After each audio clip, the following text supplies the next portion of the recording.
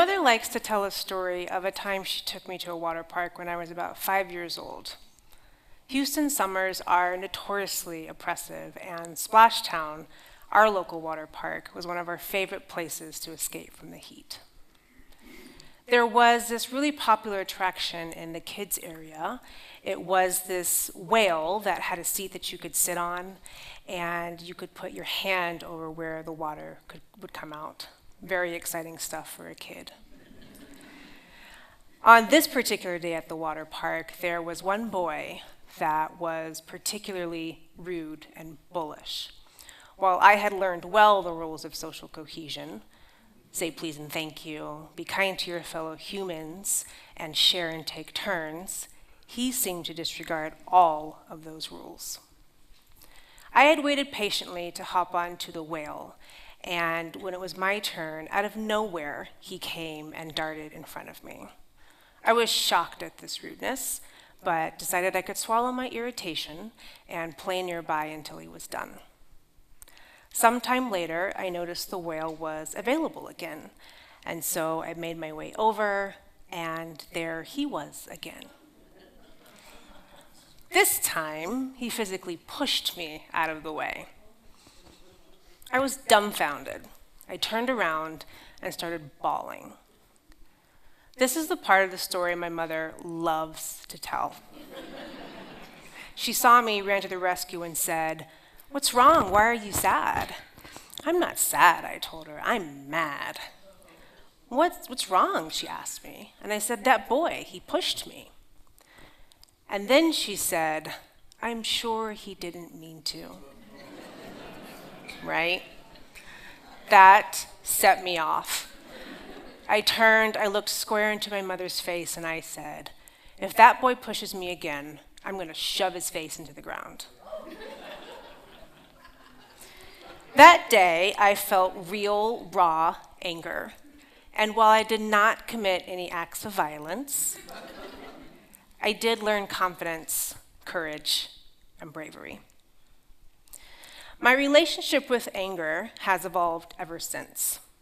As an adult now, my default instinct when I'm angry is to shut down and shut out the world, disconnecting from what I believe to be that source of anger. What happens instead is I end up disconnecting from myself.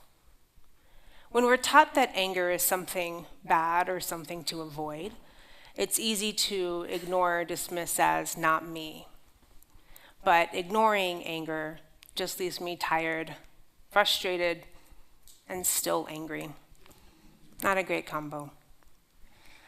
Some time ago, I found myself in a pretty dark hole of depression. I was angry at a lot in my life, but I didn't really know how to process it at the time. I tried everything I knew to manage depression.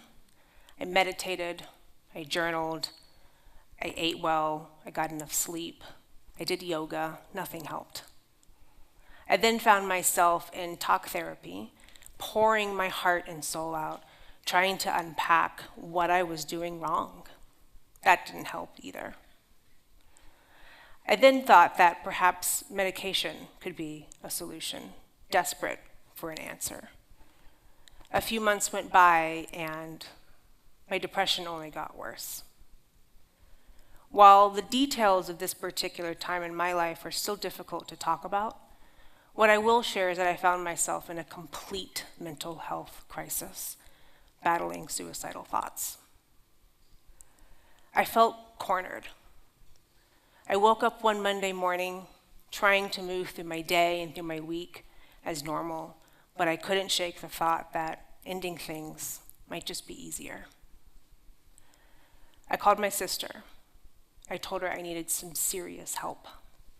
She booked a flight to come support me, and I checked into a treatment facility. 48 hours of confinement was a life-changing experience.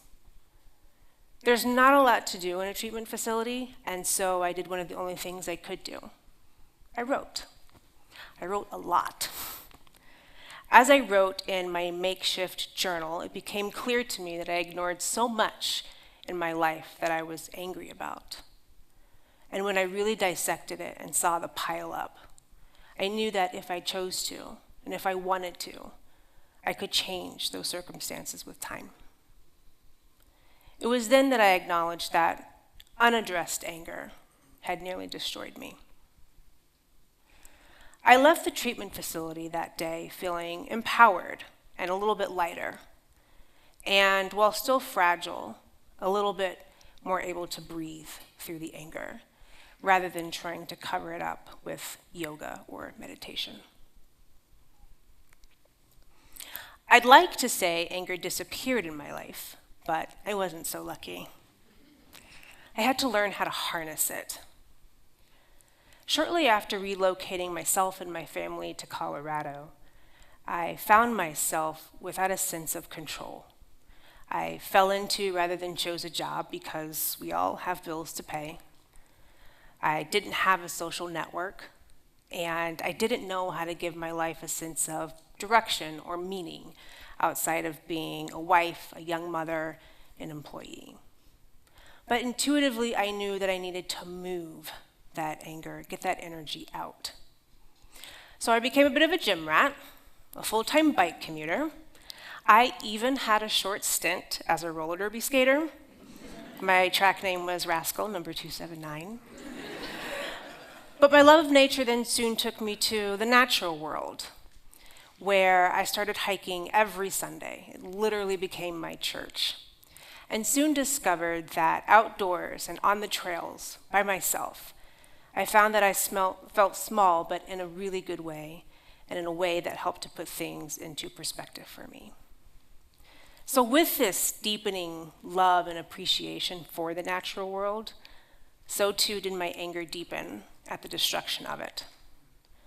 No matter where you stand on the politics of climate change, the science of its reality is here, at our doorstep.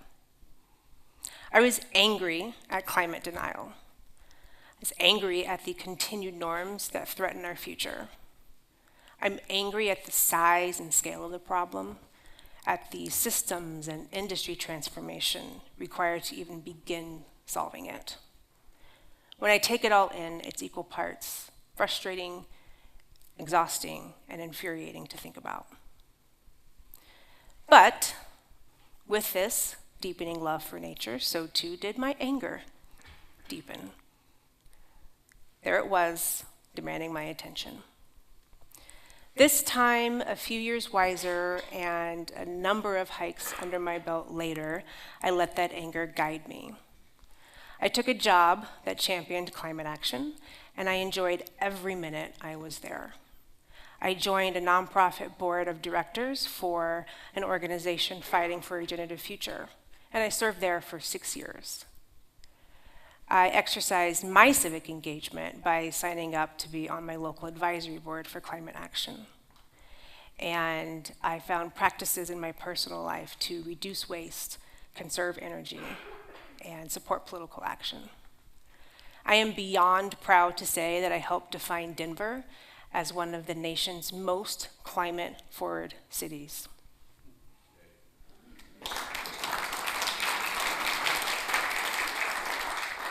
When I sat with it, and when I moved with it, anger gave me clarity, a sense of purpose, and meaning. Anger has also protected me. For anyone that's gone through a divorce, you know what a gut-wrenching experience it is. In the weeks and months following my decision to end a 16-year marriage, I held on to my anger like a security blanket. I was angry at the years gone. I was angry that we couldn't be the couple we were supposed to be. I was angry that trying everything I knew to make it work didn't work. I was angry that learning to set boundaries meant sacrificing a partner. Most of all, though, I knew that if I held on to anger, I could keep at bay whatever else was bubbling beneath the surface. What was just under the surface was a sadness I did not want to feel, a grief I did not want to acknowledge. Unlike anger, I hadn't learned how to mourn.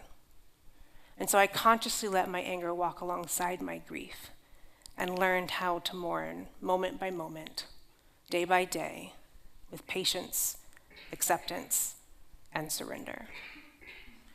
When it all felt like too much, I let my anger soothe me and remind me that choosing to honor my boundaries are worthy goals. I let my anger teach me how to grieve the rest in my own time.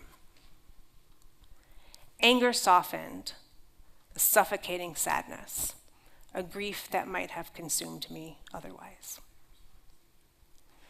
The 5-year-old at the water park that day knew something that took me just a few decades to articulate. Anger is a gift. What's worked for me is learning how to always honor it.